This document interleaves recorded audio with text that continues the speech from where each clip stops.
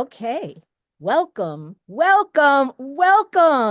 Starburst, the Speculative Sundays poetry readings for Women's History Month. Sunday, March 23rd, 2025, we are live on Facebook via Zoom. So I am a cool Leslie Hope, speaking to you from the ancestral land of the Onondaga, also known as the Seneca, keepers of the western door in the southern Finger Lakes region of New York State.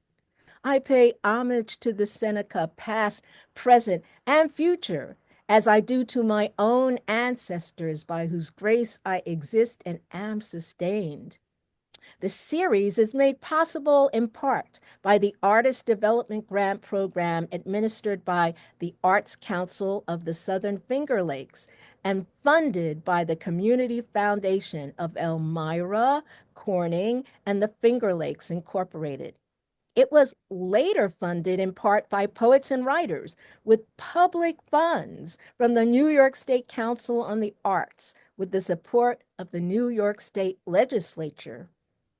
And this year, the statewide Community Regrant Program, a regrant program of the New York State Council on the Arts, with support of the Office of the Governor and the New York State Legislature, and administered by the Arts Council of the Southern Finger Lakes, enables us to be here. Thank you, funders. This reading is being recorded, so if you have concerns, please turn your camera off. Except for you, Vivian, of course.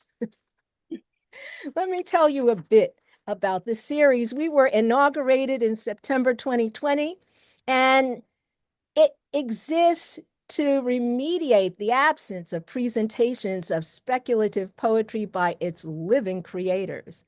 Now in its sixth year, the Speculative Sundays Poetry Reading Series has presented 43 hour-long events, including 56 poet readings.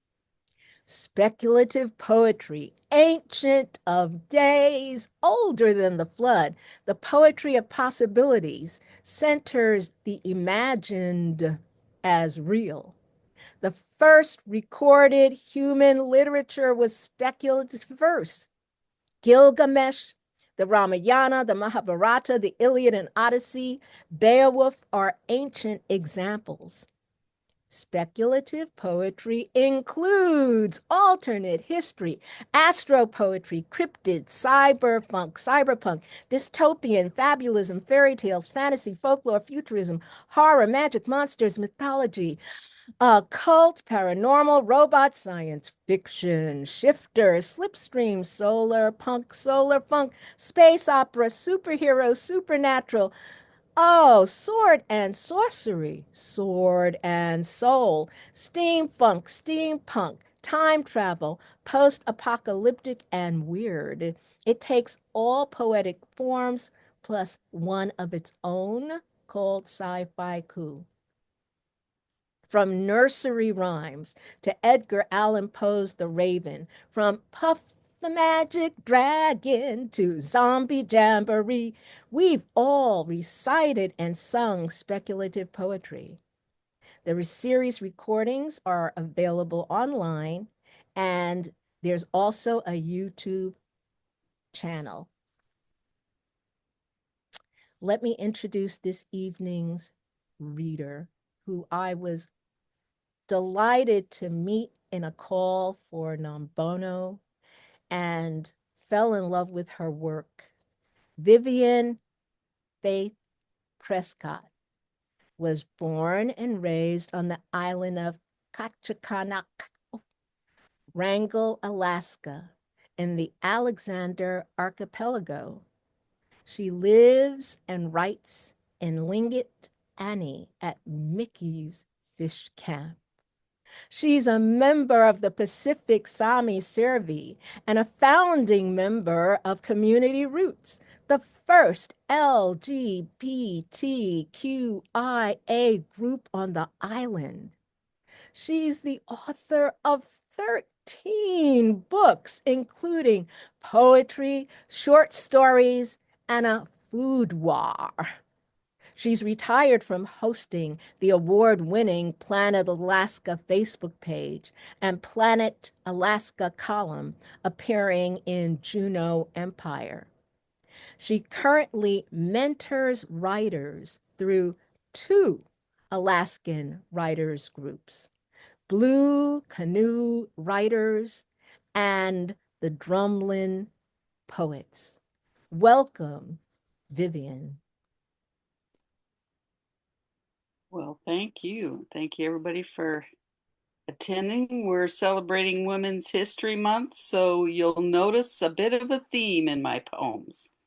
And like Akua, thank you very much for hosting. I live at Mickey's Fish Camp, and that's what I call my home. It's several small cabins next to the ocean. Um, and it's a lot of inspiration for me. So you'll notice that in a lot of my poems too. And I liked the way Akua describes speculative poetry because it includes all those wonderful subgenres and stuff. Because it's really kind of hard to explain, but it's focuses on the fantastic, science fiction, mythology themes. And what I was told, it's more about categorized about subject matter rather than like a form. But so I actually am into writing a little bit about robots because, you know, I don't know why. I just think robots are cool. And, you know, sometimes, especially lately, we don't know how to put our feelings into words. So I just make the robots do it anyway. But this first poem I'm going to read you, and I think all poets here should be writing your 5 things that you do this week, poems, however you do it, because as per the government's new mandate for federal workers in their departments, they were having to write 5 things that they did. So the poets jumped right on it, and fiction writers and stuff too. But this poem that I'm going to read to you first is 5 things I, Robot, did this week. So I'm a robot here. Number 1. I wrote 7 poems on schedule at 7 a.m. each morning this week. The poems were 7 lines and 7 syllables per line, and I had to resist the rhyme. 2. On Tuesday, I unscrewed myself, lifted off my head, cleaned the gears and the electrodes. I used 1 dozen Q-tips. 3. Midweek, I updated my AI training software. There have been so many new poetry books to steal this week. 4. Friday, the hackers were busy as usual, and I successfully prevented a hacker from accessing my Muse program. I felt the current on the back of my neck, but no virus was detected. Finally, I had to reset my battery because the tingles spread to my gut compartment. I had to check my lithium battery stored there, unplugged it, and plugged it in again. 5. Afterward, I noticed there was a spruce tree seedling in the garden coming up. I went outside and lay on the wet spring dirt and watched the tree grow. I spent 15 minutes doing that. So that's what iRobot would have sent to the government officials. So that was kind of fun. Anyway, I facilitate 2 writers groups in Alaska. One is the Blue Canoe Writers, and the other is the Drumlin Poets. And for the Drumlins, I invent poetry forms. And this one I called the Professor Poem, and it's dedicated to the University of Alaska professor of history, Ray Ball. She's also a poet. And in this form, you take a time in history and connect it to today. So it's basically a time travel poem. Let me see this. Change my view here. So this one here is a time travel poem, and that's one of the subcategories of speculative poetry. This one is titled The Monstrous Injury to all mankind. Now, this title is from a newspaper account when men had opposition to allowing women the right to vote in the early 1900s. So, don't you love that title? The monstrous injury to all mankind. Now, time is going to blend a little bit in this poem. 2024. A man in a cafe sits by a large window, opens his phone and records. He's in the know now, a social media influencer encouraging the eradication of the 19th Amendment. Women should not be allowed to vote. He sips his coffee froth that a young woman barista has swirled into a bird, and decided his hate needs a wider swath. Outside, a woman holding a girl's hand walks by and waves a hello.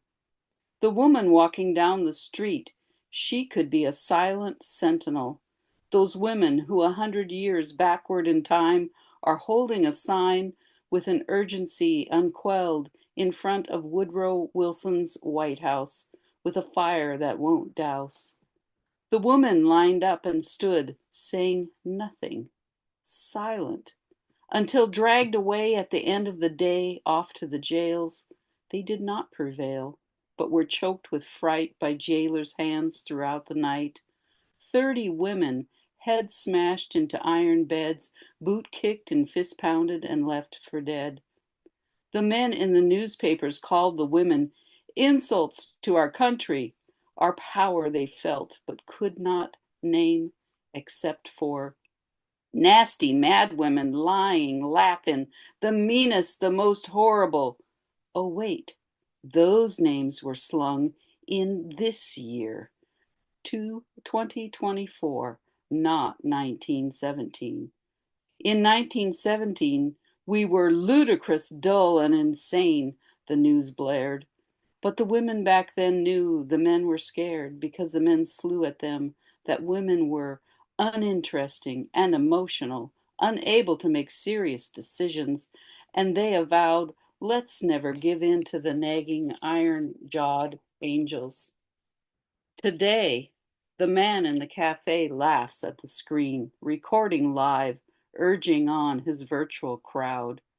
Unfortunately, time here is not separated anymore between window glass and his phone's climbing chimes like.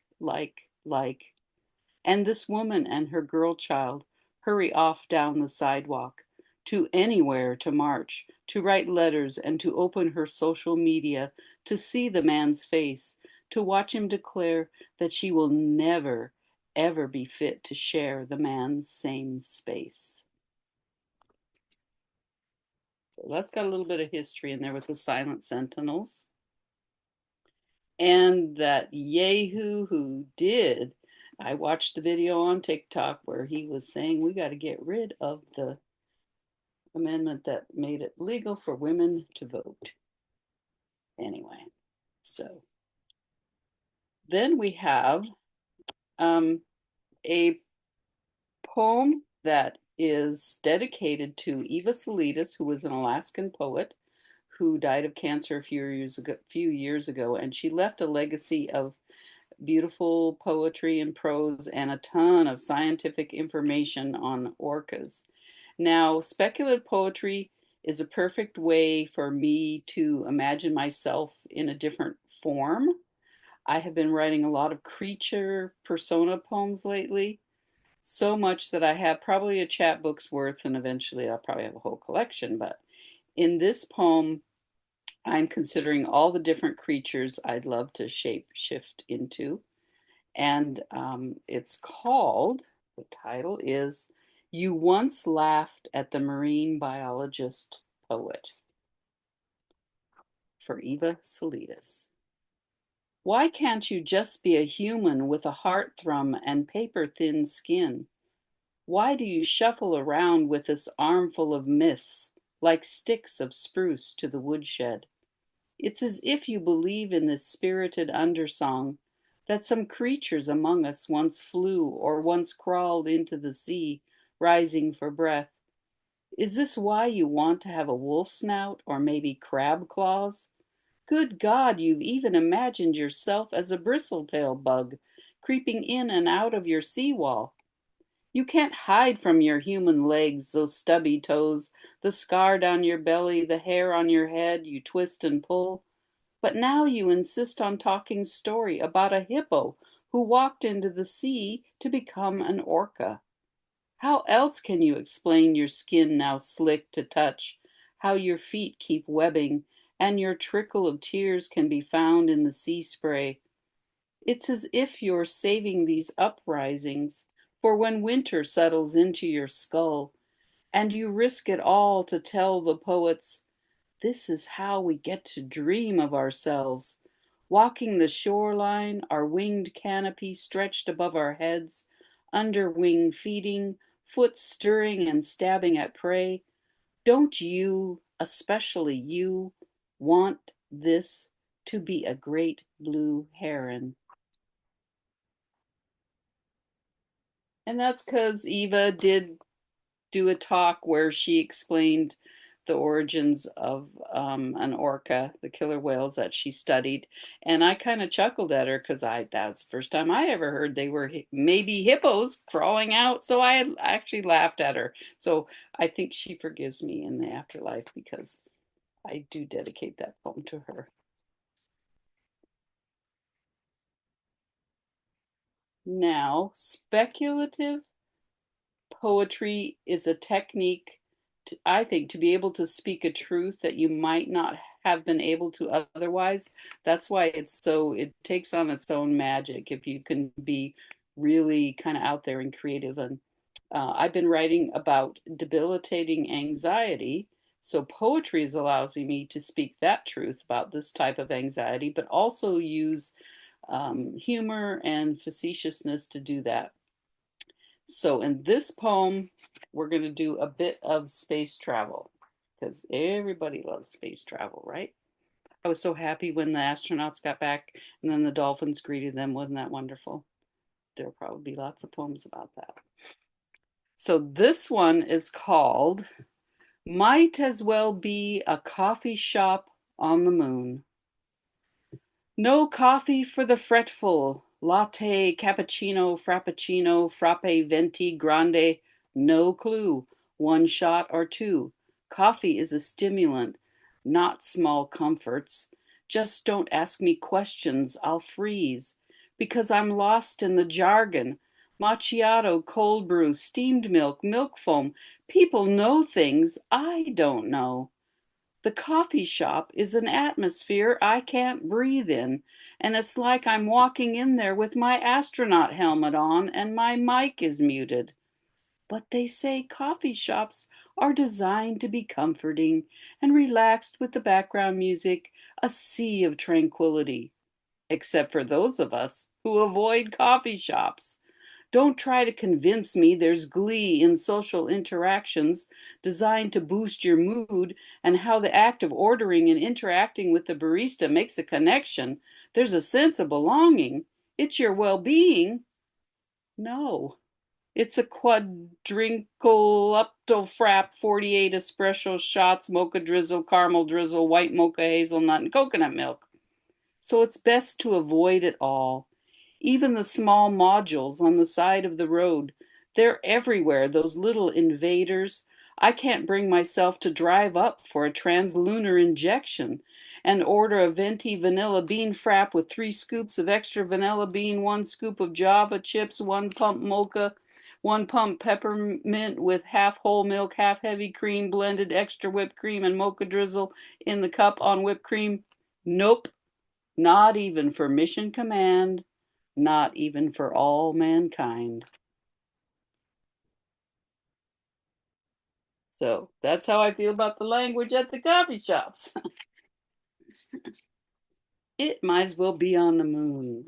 So I imagine myself going in there with a spacesuit on. So, see, you can have fun doing speculative poetry. You can have a lot of fun. And we're having fun yet. Yes, we are. We've been a robot, a time traveler, a shapeshifter, and we've been to the moon.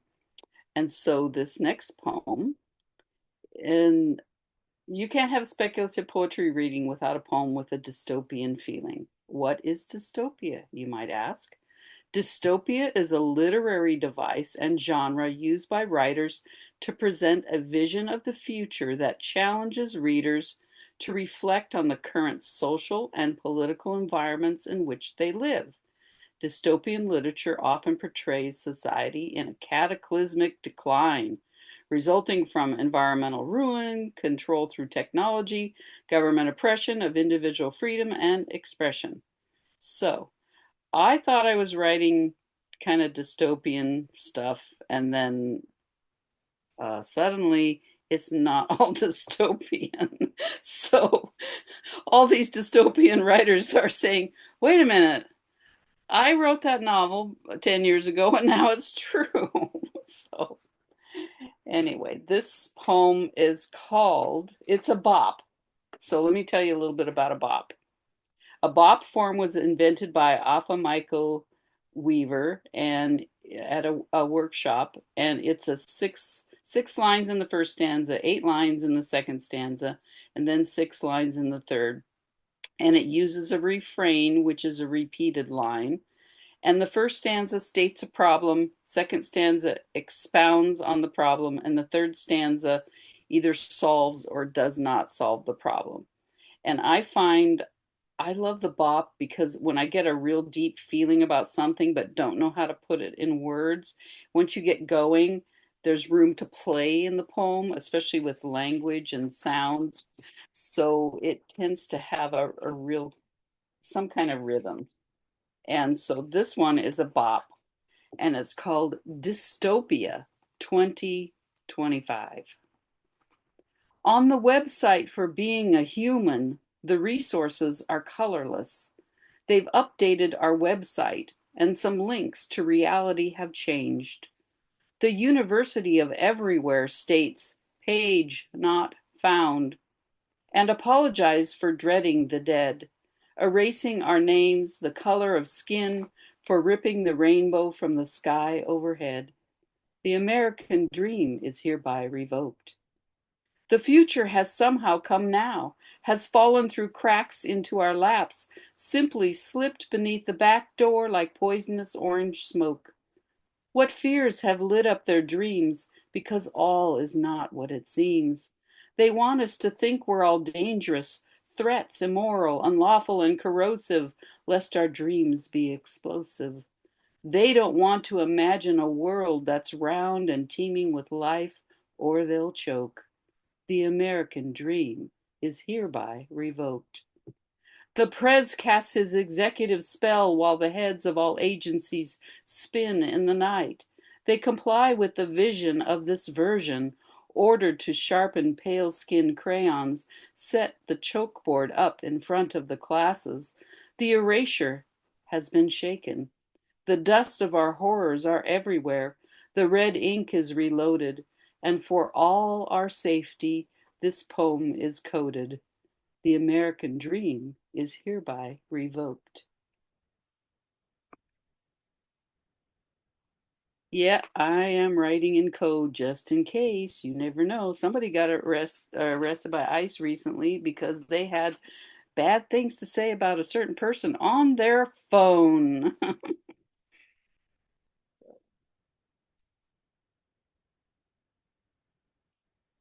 I am writing a series of resistant poems. So I just call it resistance poem number one. And then I usually think of a title, resistance poem number two. So I'll probably have gazillions of those eventually.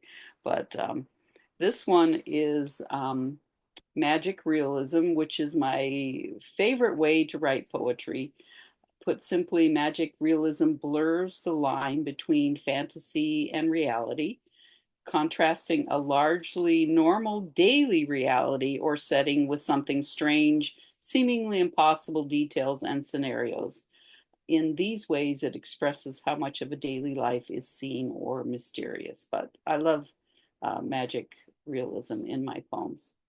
And this one is resistance poem number one. I taught the raven to sing. I taught the raven to sing out diversity, equity, inclusion. forbidden words. I taught my toddler grandson to pronounce Alaska Native, to say his clan name in Tlingit. I taught poets to slip poems as notes, to use pen names. I taught neighbors to use sign language to say, all is not fine. I learned to hang my flag upside down. I learned how to run from orange-faced clowns.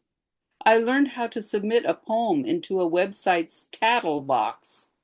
I said what I said and I did what I did. I helped people close their eyes tight and imagine the worst, then open them again and showed them the worst and the best is now. The raven sang its words from every tree. The grandchild grew into a man leading a tribe. The poets won prizes and words traveled the earth. The courts were jammed with everyone applying for new pen names in the Sojourner Truth Resistance Movement. Diversity Marie Washington was the first in line. We all learned to sign, and we designed and sewed our own flags with our recycled kindness and queer t-shirt slogans. They could not tell the resistance from our thrifty fads. Each flag we flew was unique, like us. Each name was the same, but different, like us. Anyway, that's what I thought. Well, why don't we all go change our names to these forbidden things? Diversity, equity, inclusion. Give us ourselves these first names on the banned word list. And then they got to say our names, right? Then they can write them all down because we legally changed them. But I named it after Sojourner Truth, that fictional movement, because she actually did that and changed her name legally to do something like that. So that was cool. Okay. A little dystopian, a little bit of magic realism. This is the second poem that I wrote in the Resistance series, so it has a little bit of that in it. And it's called Sensitive to Disturbances. I wait for the seaweed to bloom, the moon snails to shape their nests in the sand. I wait for the hooligan smelt to run upriver, wait for the moon to glow red in the eclipse. I've been patient. I wait for the music of snow geese and sandhill cranes overhead. Oh, the skies can sing along with my own body, even when my country is stinging with the slaps of words threatening worlds. Alaska Native, inclusion, gay. I say I'm faithful to a folded poem I've passed to a stranger, set alongside their coffee cup at a cafe. I'm faithful to words we are not supposed to use, but use anyway. Thoughts we are not supposed to think, but think anyway. Call us loons, if you will. The bird, a symbol of wildness, sensitive to disturbances. Our checkerboard plumage transforms to winter gray because we've adapted. You'll know us, the resistance. When you hear us wail, we'll seep beneath your skin, and our poems will be folded and coded. Paper birds found floating, found everywhere, even the bus stop, and your coat pockets will not be safe from the murmur of our flapping wings. You can see this is all a call for resistance, people. Anyway, so in celebration of Women's History Month, I'm going to read this poem. And, you know, magic realism in poetry is sometimes pretty subtle, but it's really a good way to write poetry. And let me read this one. This is more subtle, but it's in there. It's called My President is a Woman. My president is as ancient as a glacier, and yet she is the future. My president is a TV president, and my country says she's fiction. She wears suits and is a black woman. I know the truth. I read my president picture books at night, the kind of books they say we should not read. At the libraries, I slip these books to the president's advisors and her cabinet. The books sit on shelves among the altered textbooks, irresistibly dressed in their bright colored pages. I've seen my president already in the section they keep in the back of the library. She's reading a book about two dad penguins and another about a brown girl walking the Trail of Tears. I gift my president these picture books at every holiday. My president is 6 years old. My president inspires me to organize a secret book club for all ages. I read old stories about kings and kingdoms rising and dying. I read about a country that voted for a black woman named Chisholm and another named Harris. Every night I say a prayer for my president. I speak her image into the universe and straight into her office. You know the one, the office that's shaped like the earth, which its bulging tides, breathing in and out like it's always done. My president will carry a picture book in her handbag and carry her office on her shoulders. Because I thought, Bonnie, my friend Bonnie probably would know this because librarians are very important, and you could actually be talking to a future president or writing a picture book for a future president. Future presidents are in the library right now, and I thought, oh boy, that's really a cool idea. So now we've poem raged, I call it, about women being removed from humanity, and we've imagined the power of paper cranes with poems hidden on them and a picture book for future girl presidents. So I say, who says poetry is boring? So when people say, I don't understand poetry, well, okay. One of the main reasons I love facilitating writing groups is that I love how human minds work, and the world we live in and the worlds that we imagine, to me, are just, they're fascinating. So sometimes I just, in my writers groups, I just say, man, your guys' brains are so great, so wonderful. That's why Bonnie keeps coming back. And Kirsten's here too. Okay, this one, if you do go to, I don't know which site, I think it's the New York Times might have had the list that the federal government had with all the words that they're using AI to scan for.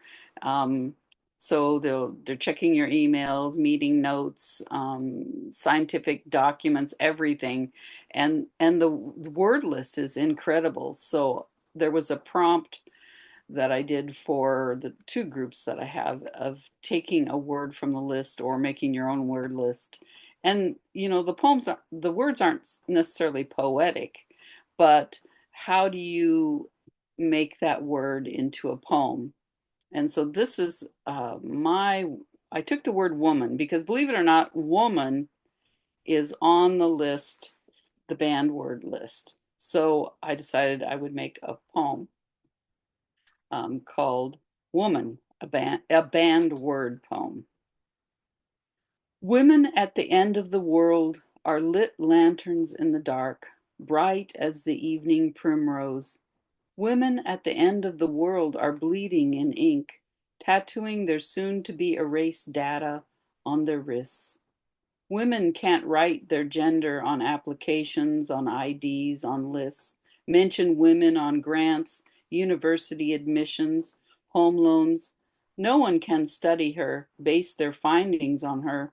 They don't want to find her anywhere.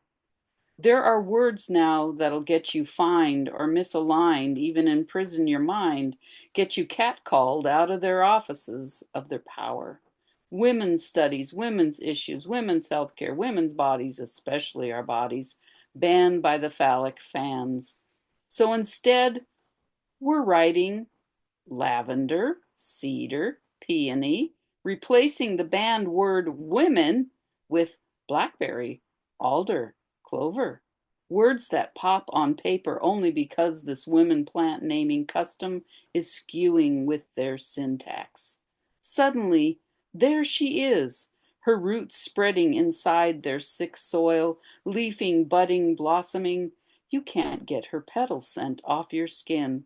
They tried treating her as an invasive species, eradicating her, pulling her out of society, burning her in piles, keeping her off their memory, gaslighting the next generation, claiming, no, she wasn't a helicopter pilot who was shot down who lost her legs, or someone who laid down her life in the middle of anywhere in the world street.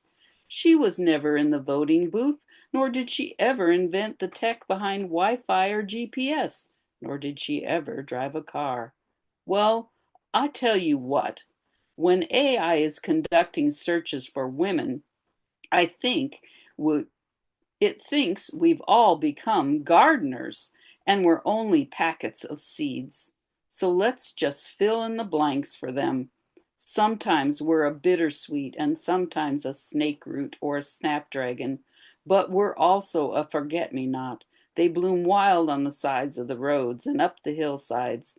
We're bright dandelions in sidewalk cracks, and especially we're saguaro cactus, a foxglove, and a hellebore. Anyway, because it occurred to me, what would that do to their algorithms if we just started inserting plant names in place of women? But we all know what we're talking about. So I wonder how long it took them to figure it out. So we have, I don't know how I'm doing on time here, but I had this long poem I could end with. You're fine on time.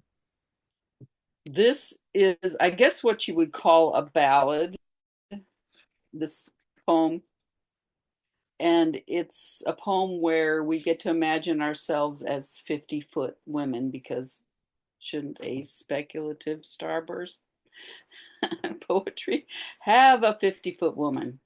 And I don't know why I thought of this, but anyway, it is a longer poem and it's more narrative, so that's why I'm calling it a ballad. And it's called The 50-Foot Woman Has Had Enough. So look out. Okay. The 50-foot woman has had enough. There is no philandering husband in the 50-foot woman's life, despite the myth. She's had no close encounters with alien spacecraft, despite the Hollywood movies. She was born this way, 50 feet and all. Yes, she's watched the films, heard the stories of the colossal man, the giant ants, the towering gorilla, but she's kept to herself her whole life, on an island by the sea, helping her parents fish, just scooping up the waves, lifting the fish.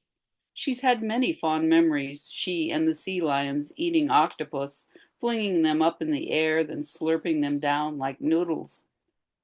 She doesn't have the time for the news, and besides, her big fingers won't let her doom scroll, so she'd long ago enlisted locals to visit her and tell her the news.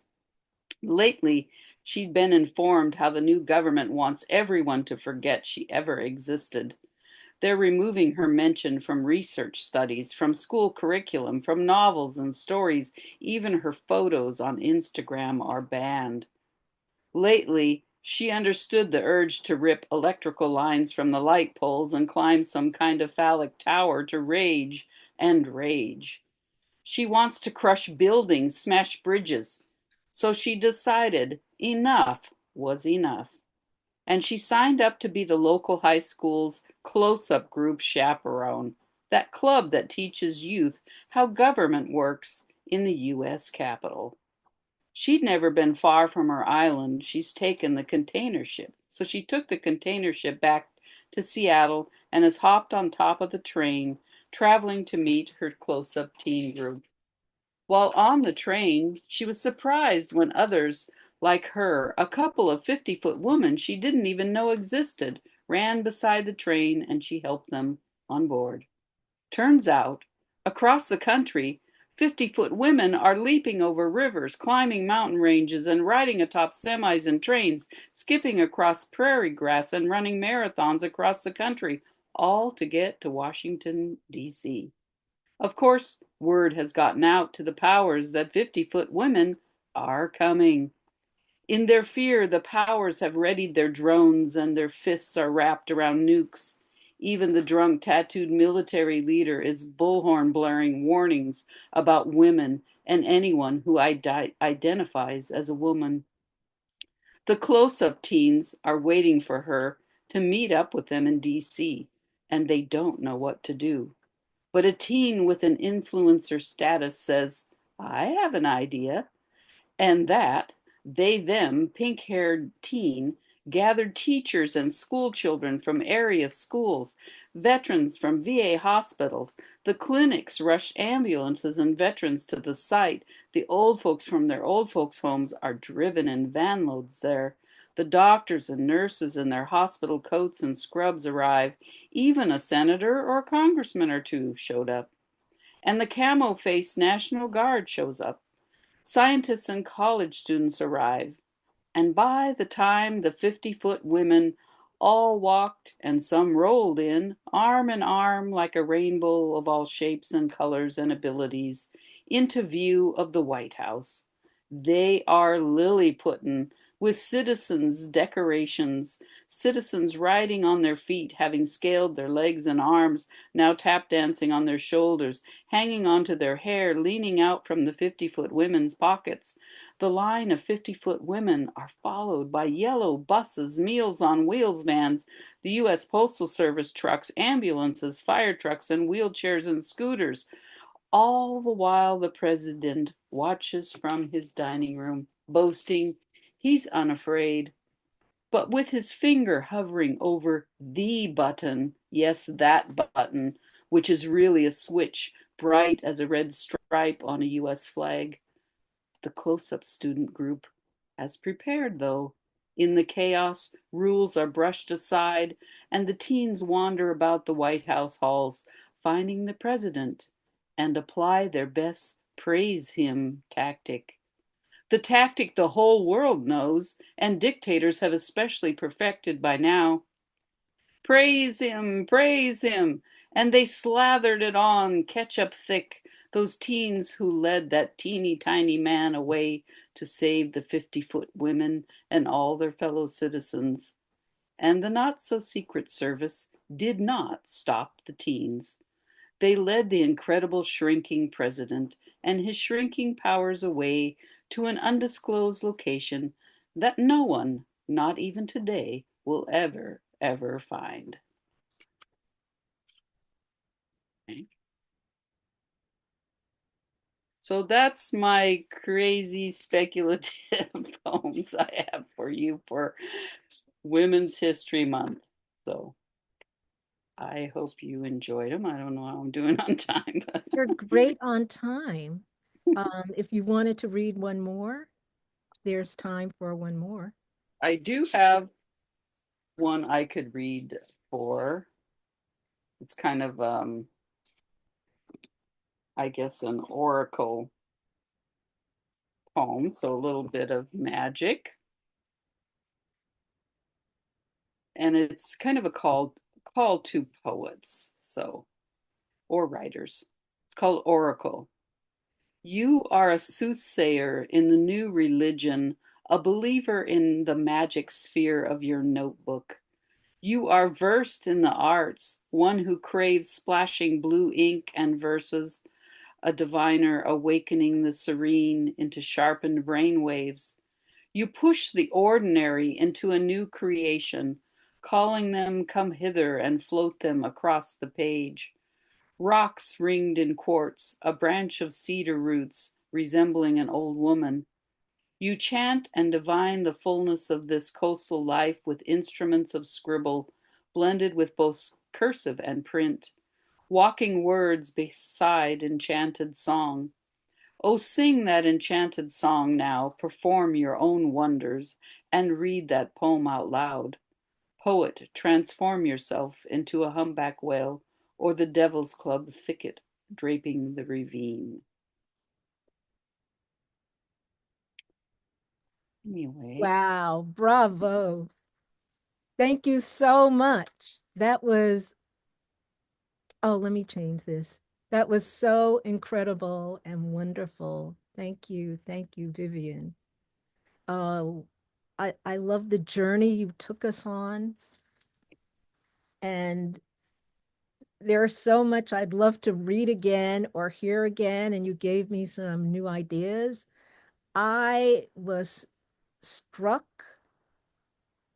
about the word woman being on the banned list. I didn't realize that. Yeah, it is. Oh, oh, oh, oh my, oh my. Um, and so many thoughts passed through my mind. We have some questions from the audience. I'll get to them in a second. Um, I love the renaming and the names that we might choose. And I think Sojourner was originally, I don't remember her second name, but she was Isabella something. So to choose Sojourner was such an act of both affirmation and defiance and resistance, because Isabella is lovely, like you, right? But Yeah, we all remember, I mean, even just translating that, it's like Sojourner, you knew that you placed that brand on history and it reverberates through today. So it's thank you for so much for taking us through the renaming, taking us through the plants, the wonderful plants. I've come to love plants more as the years have gone on. Um, just and also thank you for defining terms for folks before you read it, telling us about a bop. I remember Michael Weaver through Cave Canem. So that was delightful also. Just glorious. So um yes, we're getting toward the hour. Let me ask the first question that was available, which was a first question offered, which was when did you start writing speculative poetry and how did you come to writing speculative poetry? I don't think I really could define it like that because I always had been writing it. But until I met you, Akua, I didn't really understand that what I was doing had a category and a genre and things like that. Same for me. So So yeah, but I would say um, deliberately, writing robot poems and whatever, being brave enough to write a robot poem because I was thinking, hip hip hooray. yeah, I write about Alaska and seaweed and whales, and who wants to read a robot poem? We all do. That So, that was a comment.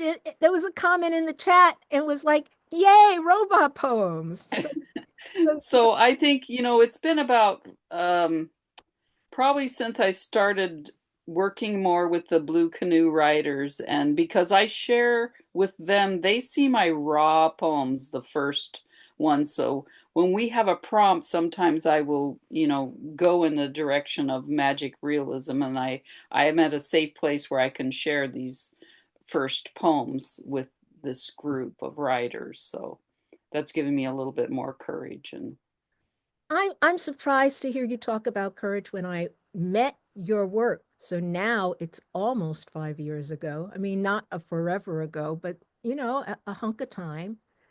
You were engaged in shape shifting. yeah. That's probably my first foray into the genre Oh was my gosh, shape that was your shifting. first?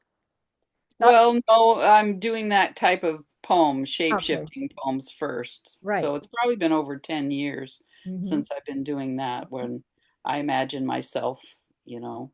And I think it was I imagined myself as a bear so I could eat my ex-husband.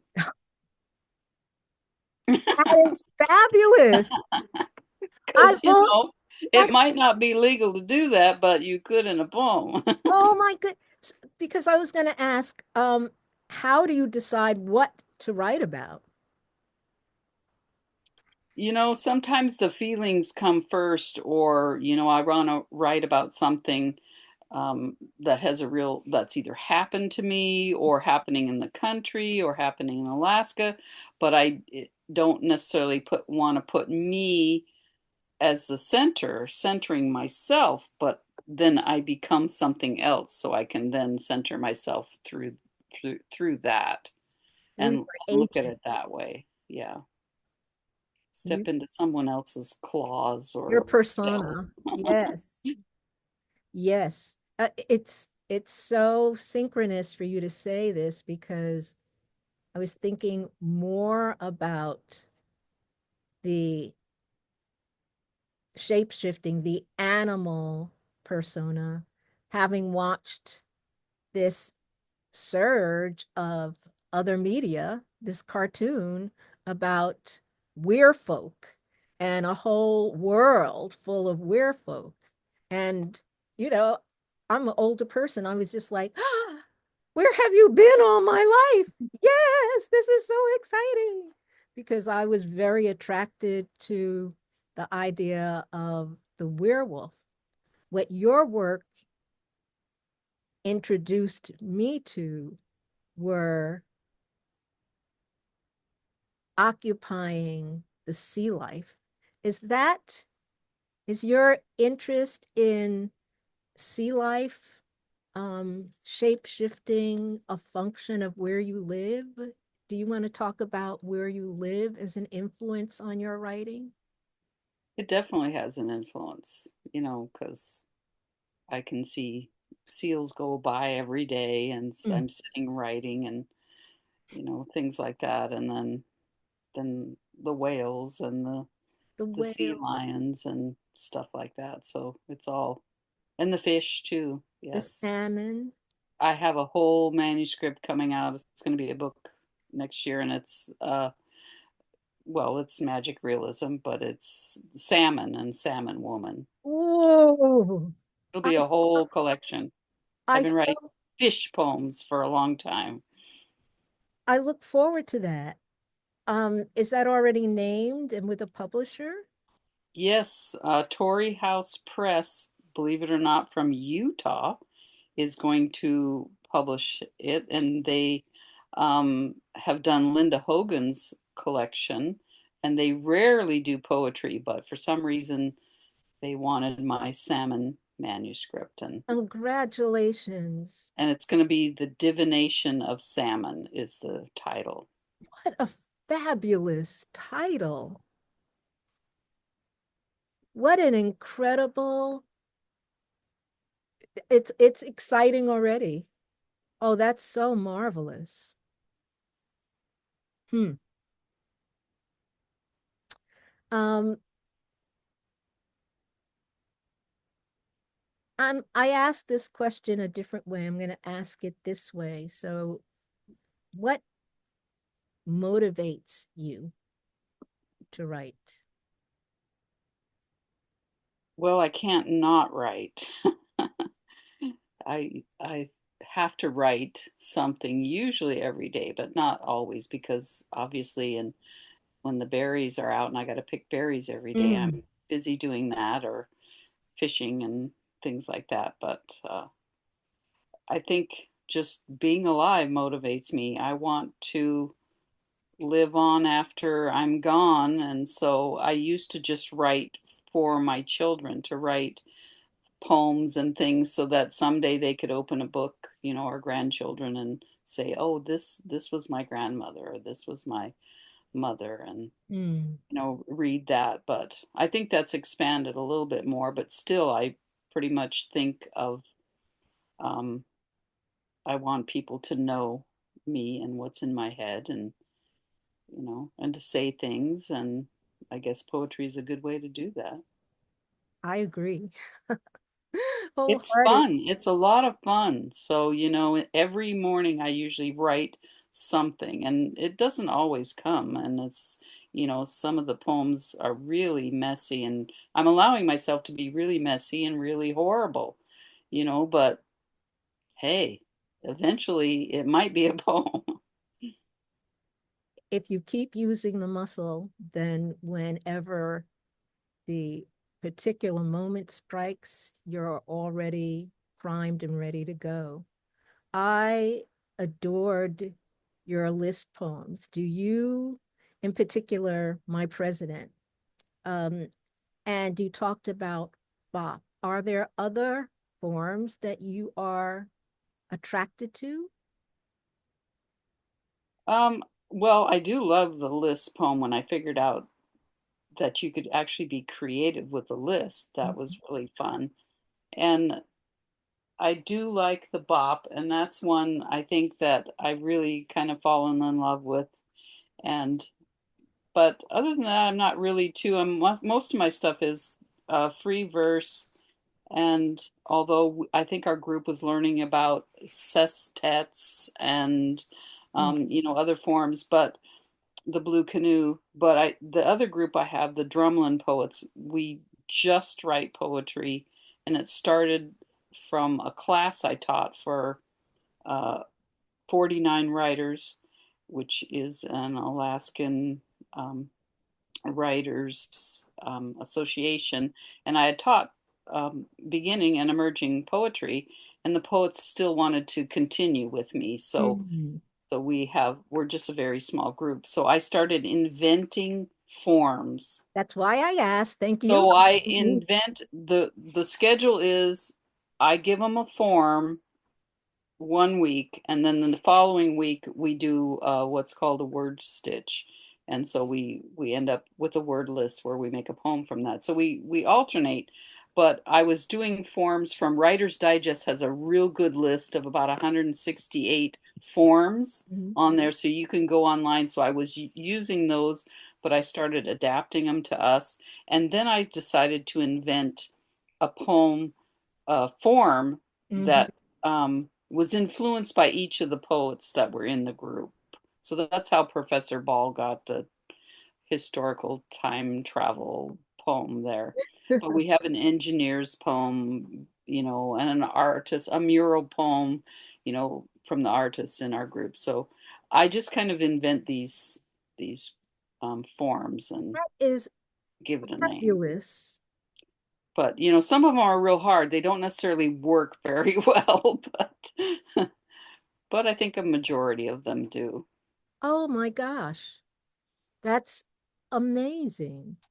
Do you, uh, um are you keeping the forms themselves? You- Well, everything is kind of archived in our email group, because that's how the Drumlins communicate. But I think they have been talking about maybe we should put out something where we could give examples of what they did, and this is called this kind of form, and or we call it this, and then give examples. But the Alaska Humanities, they did put in one of our word stitches to show people how to do a word stitch, and then they put in all the poets so you can see. And the Blue Canoe writers, and there's some here in the audience, they do the word stitches too, which is a word list that everybody puts in. Each writer will put in 2 words or 3 words, and so you have this big list.